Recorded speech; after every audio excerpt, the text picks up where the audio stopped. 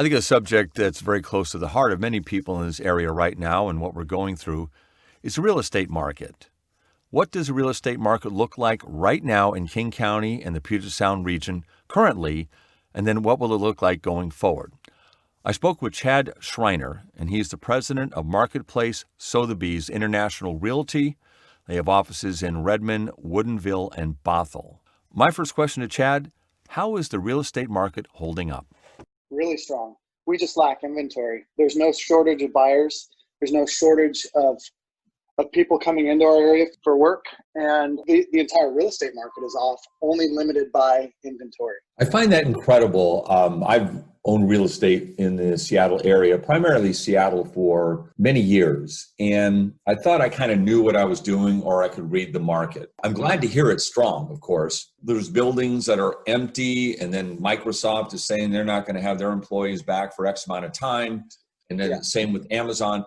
But the real estate market is exploding. People are coming in and buying. It just doesn't add up for me. Am I missing something? Seattle's different. Now, I'm out in the suburbs. I'm on the east side. I think we're seeing motivations change, where people were finding charm in downtown living with bars, restaurants, walkability. They're not finding that now, and we're seeing them move to the suburbs. Seattle's still a bit of, I think, a mystery for all of us. It will remain strong just because of the job market and just how beautiful it is. But so is this a good time to buy or sell, or both? Or I guess with lack of inventory, it's probably a good time to sell if you're great time to sell. Yeah, great time to sell, great time to buy.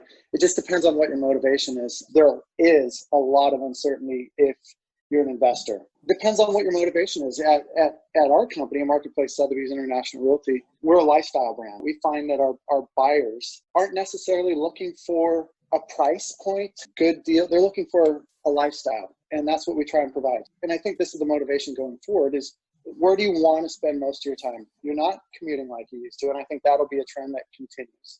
You think that impact will continue after this?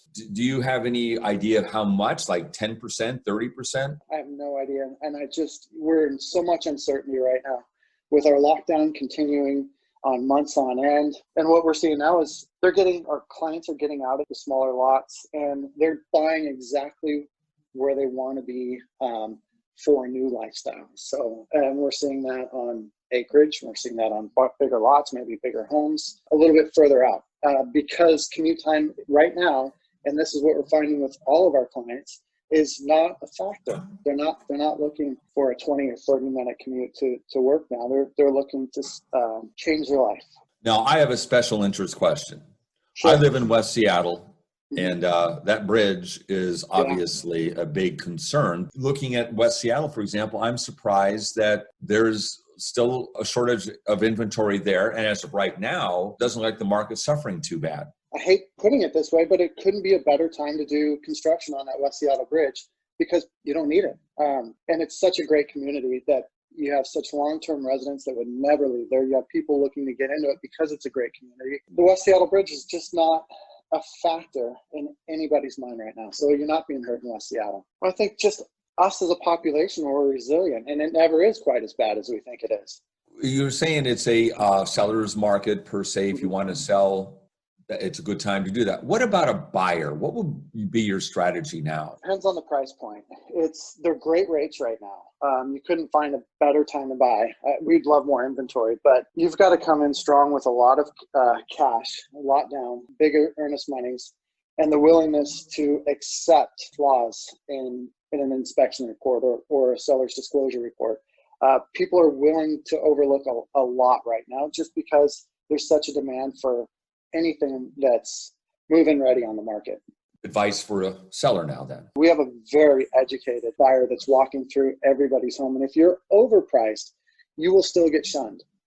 You've got to come in competitive. And with a competitive price on your property, what we're seeing is multiple offers being bid up. You're looking to go at market rate right now, hoping that it will go over. And what we're seeing is it is.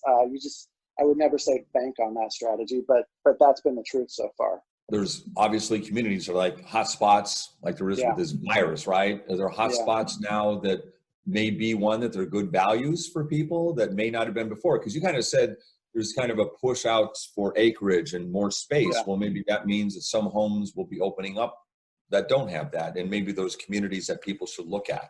I love Everett, and I love the potential for growth in Everett. So if you're looking for a great lifestyle, number one, a great value in real estate, I think Everett's the next hot spot just to boom. It's just got the room to. Snohomish County is just such a great buy right now. How about other places maybe? On the east side where we are, our school districts continue to drive demand. So my office is located in Woodinville. I have one in Bothell and one in Redmond. And the demand there is just off the charts, both for lifestyle. Interesting. Anywhere else? There's a lot of people that have shifted their focus to Tacoma and Federal Way area. The waterfront there is a great value.